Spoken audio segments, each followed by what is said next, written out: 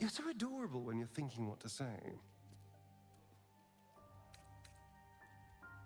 Well, now's as good a time as any. Oh, shit.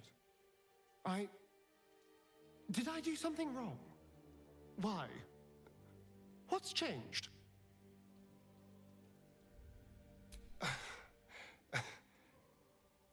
I may be guilty of a bit of embellishment here and there, but I'm no liar.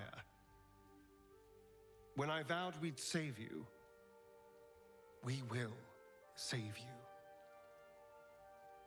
This little adventure of ours has taught me that we can't let our lives be ruled by fear, or else we never really live. I'm not afraid. Not of you. Not of your darkness, and not of our future.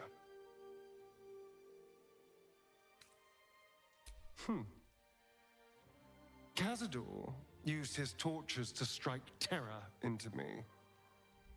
But I've rarely been more afraid than on the night when I feared Bhaal had claimed you for good. But I trust you won't kill me. And if you do, then I've gotten sloppy and probably have it coming. I am. And beautiful. Not enough people mention that. I'm not going anywhere.